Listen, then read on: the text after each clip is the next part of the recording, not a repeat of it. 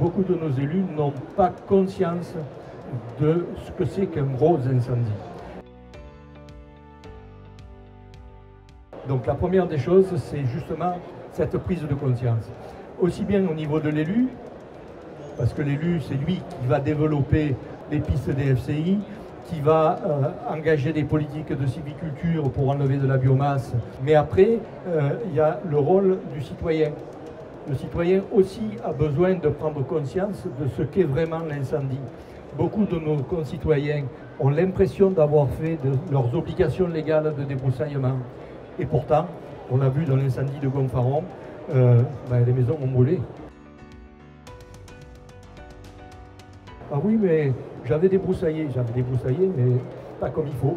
Il est important, justement, ce travail-là, il est important à deux niveaux. Parce que l'OLD, sur une habitation, permet aux gens de se prémunir du feu et éventuellement de rester calfeutrés chez eux pendant que le feu passe. Il faut avoir du bon sens. Chez nous, dans le sud, c'est sûr qu'on a besoin de l'arbre qui fait de l'ombre l'été sur la terrasse. Autrement, on ne peut pas vivre dans la maison. Si vous voulez conserver cet arbre, il faut que vous débroussailliez un petit peu plus loin pour que l'arbre lui-même se trouve isolé du feu qui pourrait venir. Il faut prendre conscience de ce risque-là et il faut nettoyer pour être protégé, pour protéger ses biens.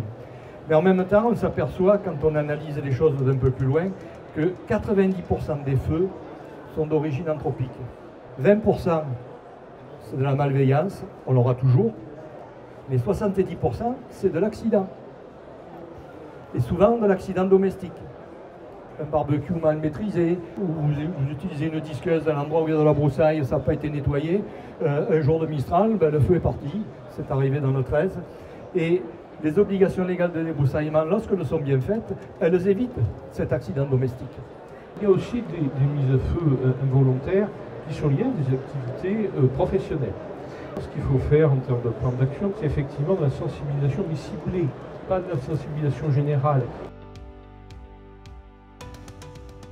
On ne va pas aller dire à un agriculteur la même chose qu'à un gestionnaire de camping. On cherche le même objectif, mais on ne va pas passer par les mêmes conseils. Il n'y a pas de grand feu s'il n'y a pas de départ de feu.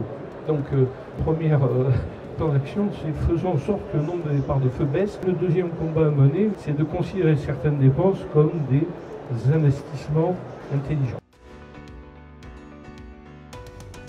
Quand on fait un débroussaillement autour d'une maison d'habitation, la première chose qu'on fait, c'est pas qu'on dépense pour remplir une obligation légale, c'est on dépense pour protéger son patrimoine, pour empêcher que sa maison ne brûle. Parce qu'aujourd'hui, si la maison n'est pas débroussaillée, elle est à risque. Les pompiers, et c'est normal, n'ont pas à aller prendre des risques démesurés pour protéger cette habitation, donc elle a des probabilités fortes de brûler. Par ailleurs, ça mobilise beaucoup de moyens de lutte sur ces zones qui sont mal autoprotégées, et pendant ce temps-là, évidemment, le feu peut se... Donc deuxième idée, que tout le monde pense bien que quand il y a de l'argent à mettre dans le système, même si ça peut paraître à première vue de l'argent fonds perdu, en réalité c'est pas ça. On est dans le système de l'assurance. Se garantit contre quelque chose qui va coûter beaucoup plus cher derrière à tout le monde si les choses dérangent.